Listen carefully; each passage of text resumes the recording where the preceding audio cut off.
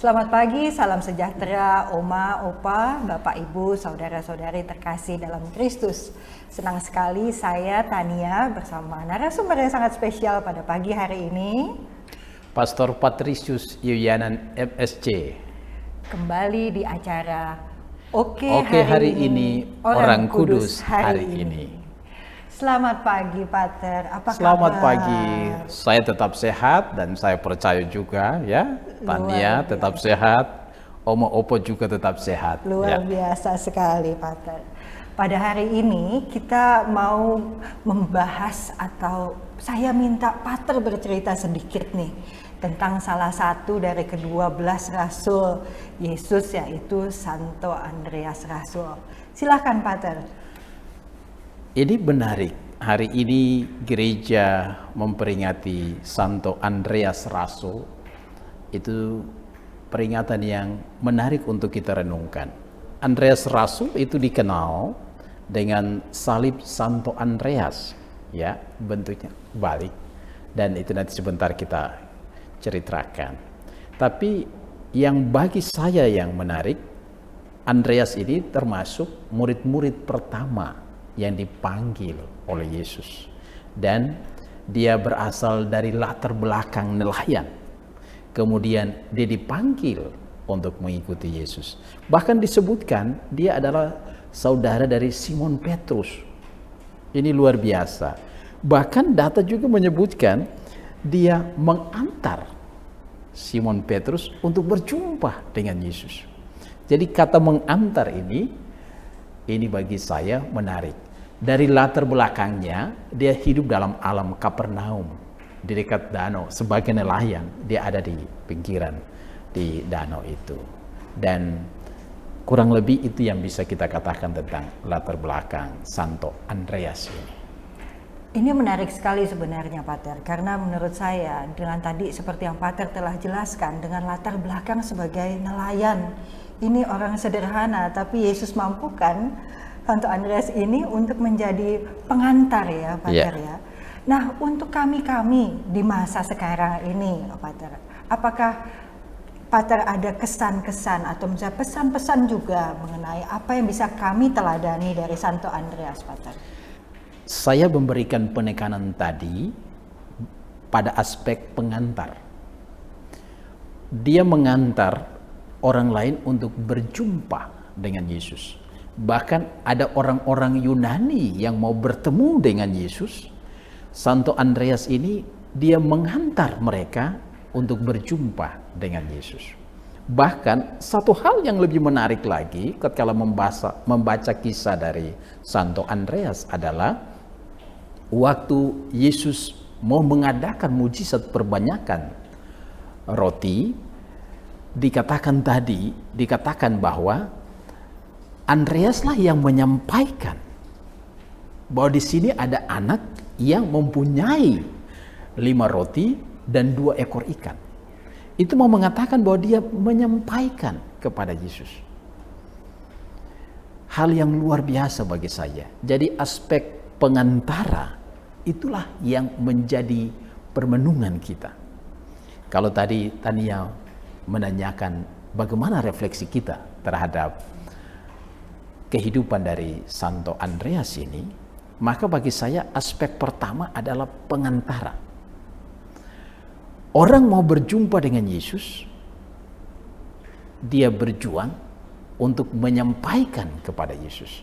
Orang Yunani mau berjumpa dengan Yesus, dia berjuang menyampaikan, mengantar juga Simon Petrus berjumpa, saudaranya berjumpa dengan Yesus. Bahkan kemudian Simon Petrus itu menjadi rasul yang besar. Ya, itu mau mengungkapkan kepada kita peranan Andreas sebagai pengantara. Maka kita berjuang juga hidup kita, Oma, Opa, Bapak, Ibu, saudara-saudari yang terkasih, hidup kita sesungguhnya begitu. Kita mengantar orang untuk berjumpa dengan Yesus. Bahkan kita mengantar orang untuk mengalami bahwa inilah Yesus. Dan kita hanya sebagai pengantar saja. Kita berjuang, orang-orang yang kita jumpai di mana saja, yang mungkin tidak dekat dengan Tuhan, yang mungkin ada kecenderungan untuk menjauh dari Tuhan, hidup kita adalah berjuang untuk mengantar orang datang pada Tuhan. Wah, luar biasa sekali nih Romo. Terima kasih sekali atas refleksi. Mungkin ini nanti setelah menonton acara kita pada hari ini, saya yakin setiap orang yang menonton, kita sama-sama merefleksikan tentang kisah ini. Nah, satu pertanyaan terakhir nih Pater. Tentang di mana sih kalau misalnya kita tentang Santo Andreas ini, saya rasa ada yang bilang ini di Skotlandia, ada yang di Rusia. Nah, ini bisa Pater ceritakan sedikit tentang akhir kisah hidup dari Santo Andreas ini. Ya, terima kasih Tania. Satu hal yang menarik sebelum saya sampai di akhir, itu ada ungkapan tentang salib Santo Andreas tadi. Saya bagian awal saya bilang ini salib Santo Andreas. Salib Santo Andreas mau mengungkapkan bahwa Andreas tidak dipaku.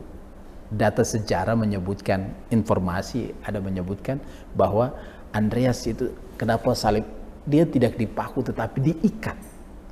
Itu kita membayangkan bahwa akhir hidupnya itu menderita.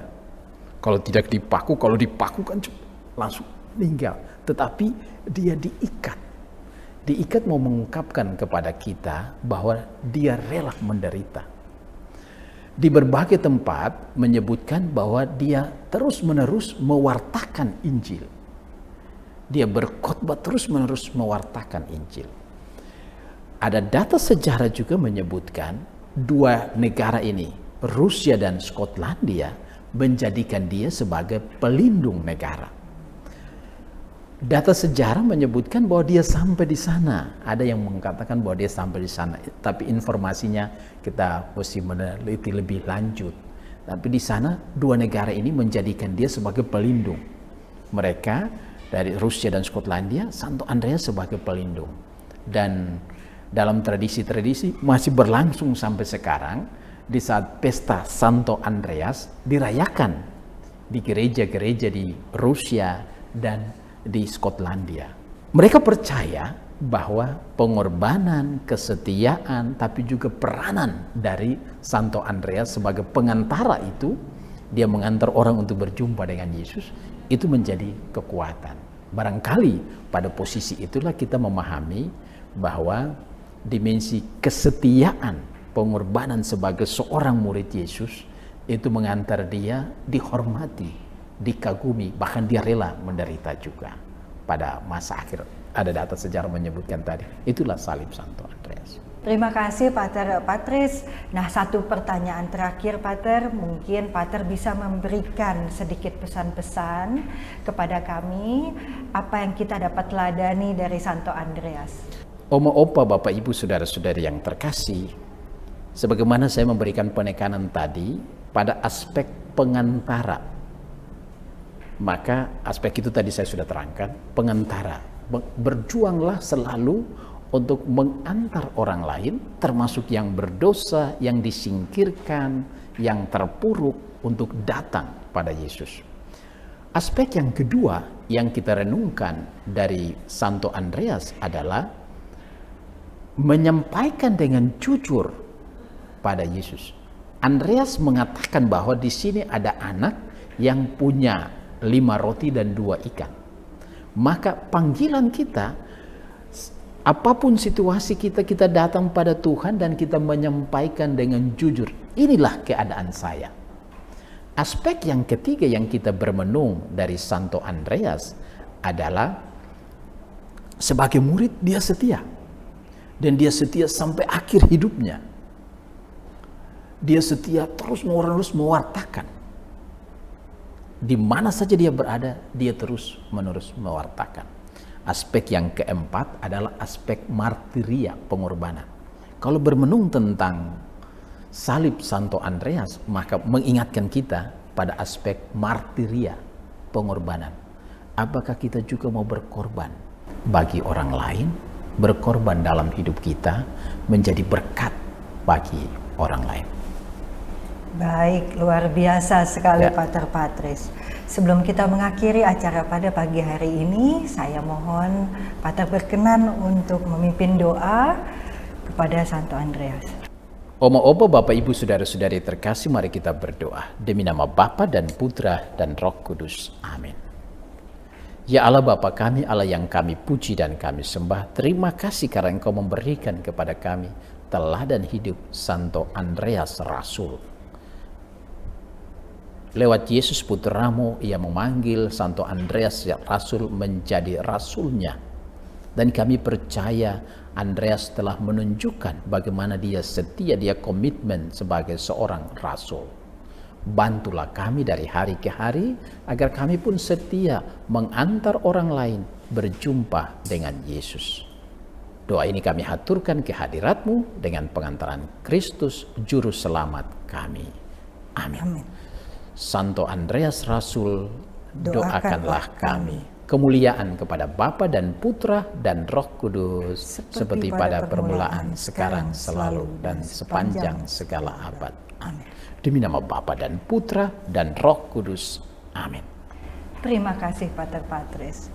Baik, terima kasih Oma Opa, Bapak Ibu, saudara-saudari yang terkasih yang telah mengikuti acara pada hari ini.